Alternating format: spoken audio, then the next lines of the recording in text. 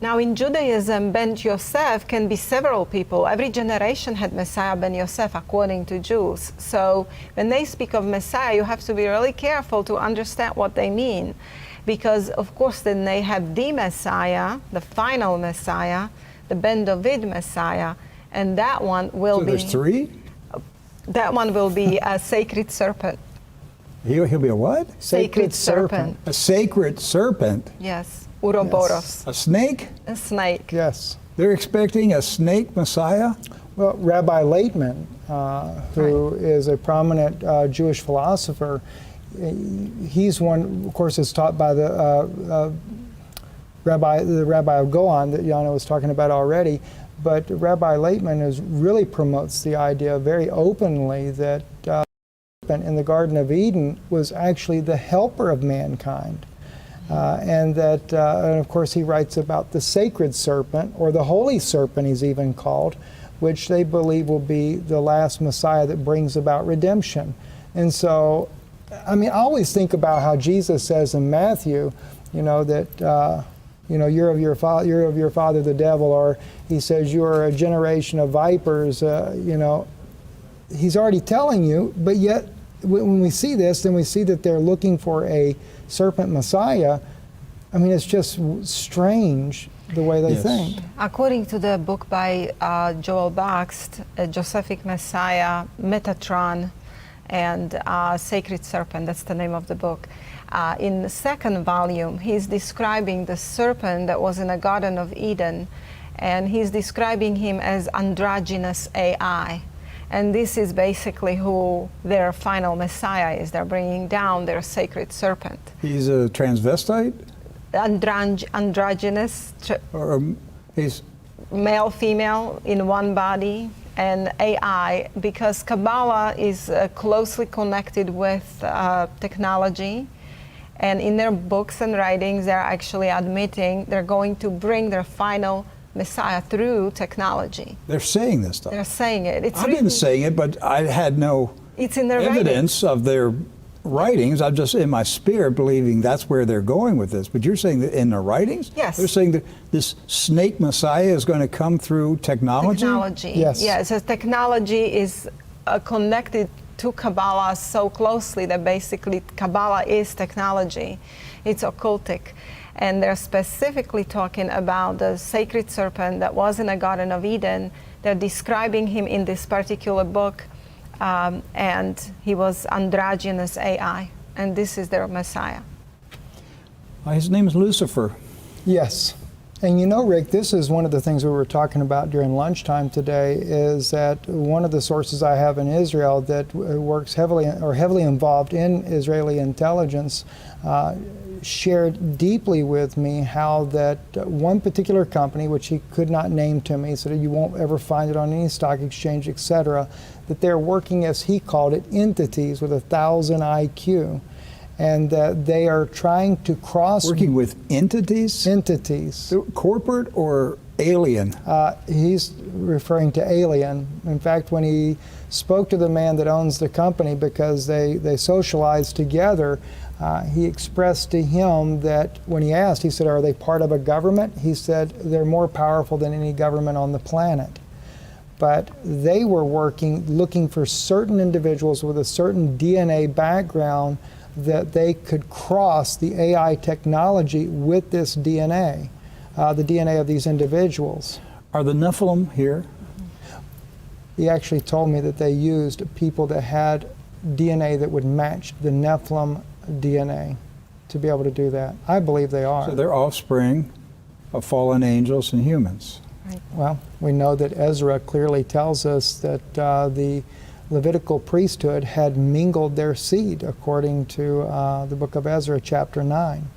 And it's written plainly in the book of Numbers that Anak, his father was not a Nephilim, but his father was a Nephalim. They don't put the vowel points in the right place. It's an actually, there's no extra yod actually used in the spelling. And in the same paragraph, when it speaks of Anak's sons, they are the sons of his sons, but they are called Nephilim. So therefore, somehow or another, they were involved in some very witchcraft type of activities, as Joshua had warned and Moses had warned the children of Israel not to get involved in those types of activities. And so it makes you wonder. It's my belief that there was an advanced civilization on the planet before Noah's great flood. And that we had a one world government. There were no nations. Nations did not exist until after the flood. So there were no nations on the planet before the flood. And I believe Satan ruled the world. After the fall of Adam and Eve, Satan was the god of this world. He ruled this world. I believe that there was an advanced human civilization here. And God reached a point where he said, I regret ever making these people. I'm just going to wipe them off the face of the earth. Everything's going to die. He saved Noah and his family. And then one of Noah's descendants, Nimrod, who was a great hunter, and some people believe he was a hunter of men. Nimrod embarked on building Babylon, Babel, which later became Babylon, building a tower to reach to heaven. His motive, his plan was to overthrow God. And I believe what he was doing was that he was saying, I think he heard his, was Noah his, I guess, great-grandfather?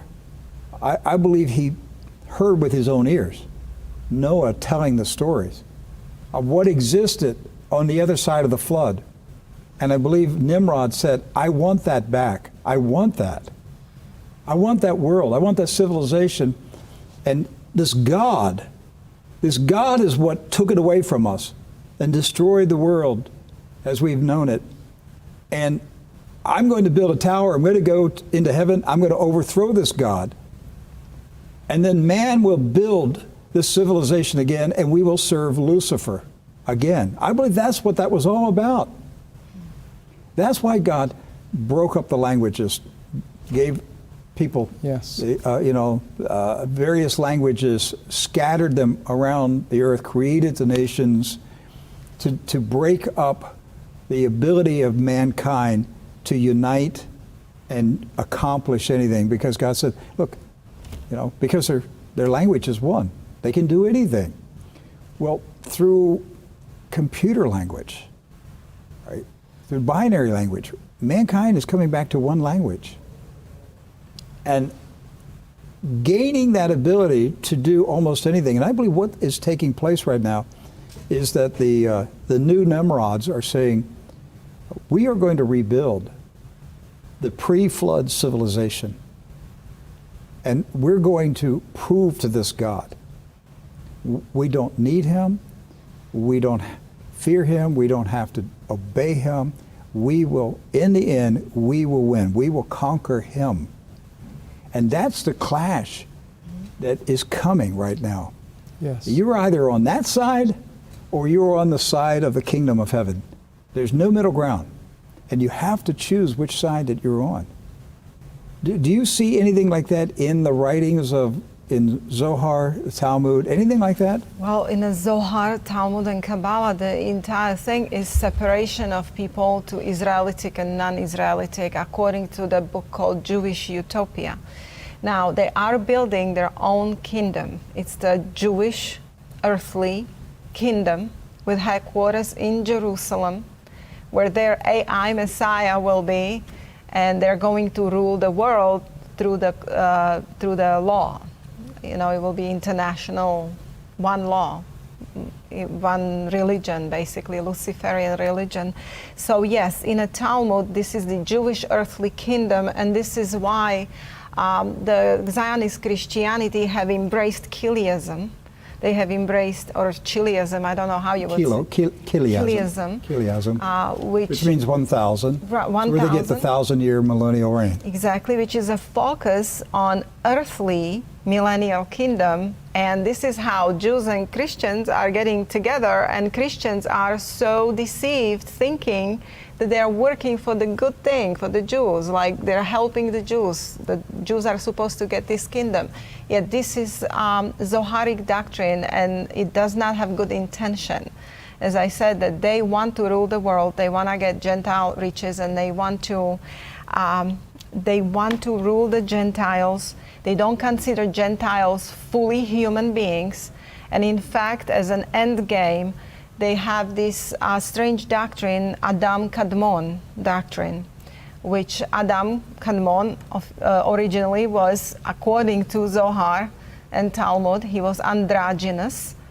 You know, Adam was. Adam, like he wasn't male, or he was male female in one body, and this is why you see this transgender agenda today, and there are laws, very serious laws, passing in Alberta, Canada. Is Zionism behind the transgender movement? You know, I don't think that, personally, I don't think Zionist Christians are aware of this. They're not aware of many details of what But is is Zionism? But I think that, yes. Does the transgender movement get its origin in Zionism? Yes, it gets its origin in Zionism, and it gets its origin in the Talmud, Zohar, and Kabbalah. It's a Kabbalistic doctrine of Adam Kadmon, which is eventually they have this doctrine called Tikkun Olam, repairing the world.